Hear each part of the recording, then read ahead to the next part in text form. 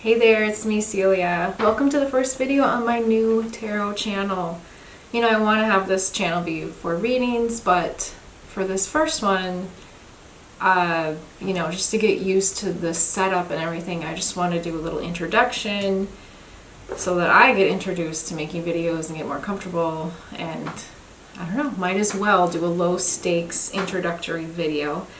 I'm going to talk about my tarot practice, my history, and what led me here, and why I'm starting this channel, what my intentions are, and what I'm going to do here. I've always been really attracted and drawn to spiritual, occulty, witchy type things. When I was little, I would see ghosts, and I thought that was just normal behavior. And I was really obsessed with dreams. Even as a little kid, I just wanted to go to the dream world, and I was very in touch with the imaginary world. When I was younger, I was in church, and we were given this anti-occult lesson in Sunday school, where they gave us this piece of paper, and there were all these images on there, like a tarot reader, a crystal ball, an astrology wheel, a pentagram, probably things like a sword or a knife or something. And they told us, this stuff is evil. You should never do it. Anybody that does it is evil. And why it's evil is because this is an attempt to take God's power as your own. And more importantly, working with the occult was trying to get you into direct communication with God, which first of all, it wasn't possible. And second of all, if you did want to know God's will or something, then you need to do that through reading the Bible, through your own prayers, being a good part of your church, and talking to pastors. So that's what I was told, which is whatever, here nor there. But the piece of paper, when I saw it, I just saw those images, and something lit up within me. I had kind of this out-of-body, heightened senses experience. My senses were just totally aware, but not in a freaky hypervigilance way, in a really tapped on sort of way. There's been 2 other times in my life where I have felt like this, and the most dominant time was when I was a birth doula. And when I would go to a birth, whether it was a vaginal birth or a C-section, it didn't matter. When the baby was actually being born, the second that they were not just in the birth canal, but emerging through it, I had that same zingy, tingling, I could hear orchestras and choirs singing, and my eyesight, which I have terrible eyesight, becomes clear, and it's like I am just kind of in this other type of world, but yet it's extremely grounded in this world. It's this world, but better. So every time I went to a birth, I would feel that way. And I felt that way when I was little, looking at that piece of paper about divination and things. So at that moment, I always knew that what I was learning at church was not a good fit for me. And I had lots of questions, and they did not answer them adequately, even though I tried very hard to be a devout Christian, and I felt like I had a relationship with God and tried to do my best. And I was very attracted to the spiritual and even religious aspects of it, but I just knew that it wasn't evil, and that they didn't understand what divination is, and they didn't understand those sorts of things. I just knew it was propaganda to scare me into submission. And this was when I was in 2nd grade. And so at that point, I started to do astrology, and just basic astrology from the newspaper. I would clip out the horoscopes for the week or for the days whenever I went to my grandparents' house. And then I would go to school and ask people what their sign was. If they didn't know, I'd find it for them. And I would tell them their horoscope. So that was like my first delve into like divination sort of things. So fast forward years later, when I was 15, I think I got my first tarot card deck, and I say that in parentheses because this was a tarot card deck that came in a YM teen magazine. So YM was Young and Modern. Nobody ever called it that, but it was the name of a magazine in the 90s and probably before. Who knows how long YM has been around. They're no longer around, like all teen magazines. But they had this thing where you could like tear out these perforated pieces of kind of light cardstock and you could make your own tarot deck. And so that was my first playing around with tarot decks. And it wasn't a complete book because it was, just a few things. By book, I mean deck. It wasn't a complete deck. It was just a few cards. It probably was the major arcana when I think about it. So I used that for a few years, and I really tried to practice it and like learn it and different things.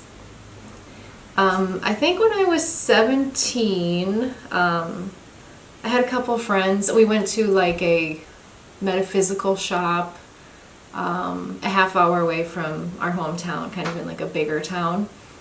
And there was tarot cards in there, and I was like, oh my gosh, I want to get those, blah, blah, blah. And my friends were so nice. They bought me the Rider-Waite-Smith Basic Tarot deck for my birthday. So I think I got that for my 17th birthday, and I just played with that for a long time, for a very, very, very long time. That was my only deck for over 20 years because I was like of this mind that I'm going to use this deck, and when I understand this deck, then I'll get another one. Like, I don't want to get another deck until I understand what the basics are.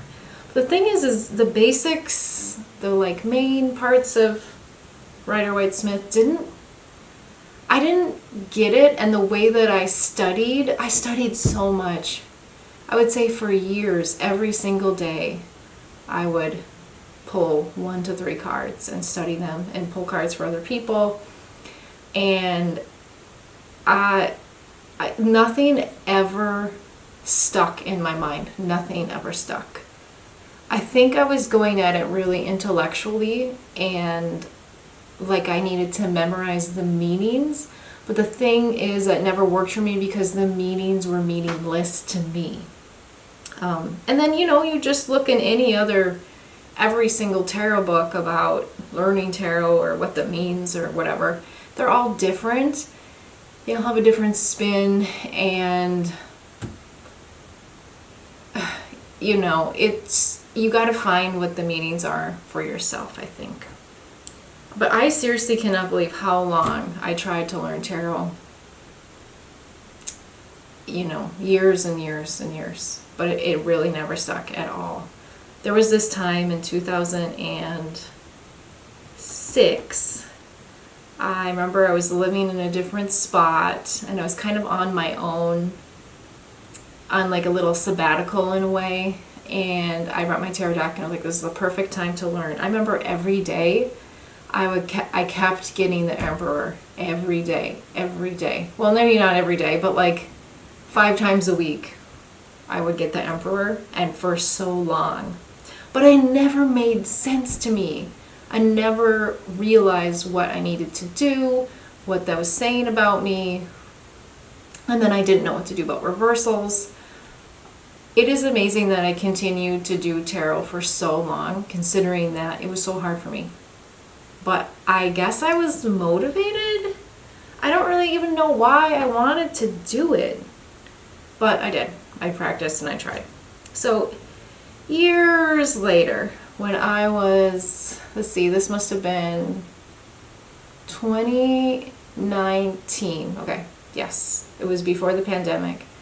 In 2019, I was on Instagram and I saw somebody in Portland that I knew already, which is random. I don't know a lot of people here. But it turns out that they were I knew they were in the like witchcraft pagan community, but I didn't know that she was a card reader. And mostly I have no interest in card readers because even though sometimes just didn't feel meaningful to me, but she had Lenormand cards. And I watched her do a reading, or she pulled some cards and like hosted the meeting on Instagram. And I was like, I need that. Oh my gosh. There was something about Lenormand that like cut through all of the murk of what I had been experiencing with trying to learn tarot and connect to the meanings. I don't know what it was, but Lenormand did it. So I did get a Lenormand reading over the phone, and she sent me a picture of what the cards were so I could see them, and that reignited the passion I had for like 20 years to learn reading cards again. So I got myself a Lenormand deck, and I practiced for a really long time. I mean, not really long time, but like 4 years or something. And I read the meanings a little bit, but a lot of times, just a quick understanding of what the meanings were from a Google search or something, just like 2-3 keywords, that was plenty for me. And that is basically what led me to where I am now with tarot. So Lenormand was like my intuition training.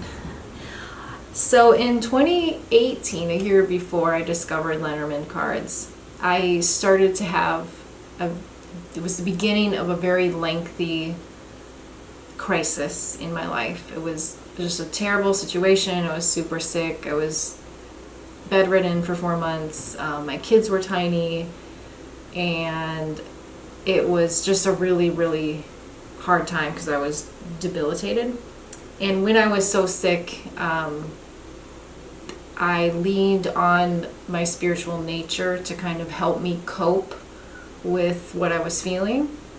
Oh my God, I can't believe I'm going to say this, but it just popped into my head, and it's so cringy. It's so cringy. But you know that Imagine Dragons song, like, Pain, You Made Me a Believer? When you are in pain or you feel terrible, like, those are the times that you often like desperately pray or make pleas to the universe or like wish for something to be different. And that's kind of where I was. And so that reignited my sense of intuition and listening to my body and working with helping spirits, and it put me on a path to do modern shamanic healing, and listen to helping spirits and do soul retrievals. And I want to say that it's also really important to take care of your physical health. I don't necessarily think these are healing methods. I mean, I do think they're healing, but healing in the broad sense, I just want to put that out there. Like, I didn't heal myself only through these spiritual things. I also, every day, took my medicine over and over and over and did a lot of physical things, and did the research and got help and support to help me physically as well. So, but as that was going on, I started to get more in touch with my intuition. That was in 2018 is when that journey started, and I'm still on it right now. But then 2019 is when I found the Lenormand, so that fit really well. My intuition was opening up, my relationship with helping spirits was opening up, and being able to see in the imaginal realm and different things, and then at the same time, these new cards come in. So those two things were kind of the perfect storm for me to finally get tarot, or reading cards, for many, many years. Okay, so I started reading cards in 1999. Well, no. I think 1997, and I really didn't understand cards until 2019. So that's 19, 20, 21, 22. It took me 23-ish years. Sorry, I'm bad at math on the spot. 23-ish years to get to a point where I feel comfortable with tarot. I can't believe it, but that is kind of why I'm here, is because tarot is now a fun thing for me, and what my my main philosophies are practice, which to me is like a regular study of tarot, and I do that by doing readings or whatever. Being playful, and that is just as it sounds, like to me it is for fun and it is entertaining. I know people on YouTube say this is for entertainment purposes only. It's not just to cover your ass, it's actually is entertaining, to me at least. And it's also an exercise in kind of like a meditation, or getting my mind into like a certain zone, which is very soothing to me. Tarot is calming to my nervous system and helps me regulate, and it's a better hobby than other hobbies that I have, or better activities that I do. I'd much rather do tarot than, scroll and watch content, and it's just as entertaining, if not more, and it's more rewarding. And that's what my YouTube channel is about. So my intentions for this channel as of now in 2024, I imagine they might change if I keep doing this, but why I like to do readings on current events, celebrities, pop culture, history, music, maybe in the future I'll do more spiritual type topics, but why I like to read on those is I want to see what we can learn reflected in somebody else's experience. I want to see how we can make good out of tough situations or just challenging situations. So if we see somebody else going through something, then we might have a lesson there for us. I mean, ideally it would be great if we could use that to kind of practice healing and forgiveness and justice and, I don't know, just maybe there could be some sort of healing out of that. And I would like to come from a spot of understanding and compassion as well. Now, I really do not think that I have a special gift at all of being super psychically knowing what is happening with individuals or situations that I read. I am just looking at a situation and seeing what comes there. So I just want to say I don't protest to be an expert, and I really don't protest to be super, super psychic and accurate. I'm not a professional psychic, and I don't really want to be. However, I am coming at this from an intuitive place, and to me it's an exercise in hopefully bettering that for myself. So that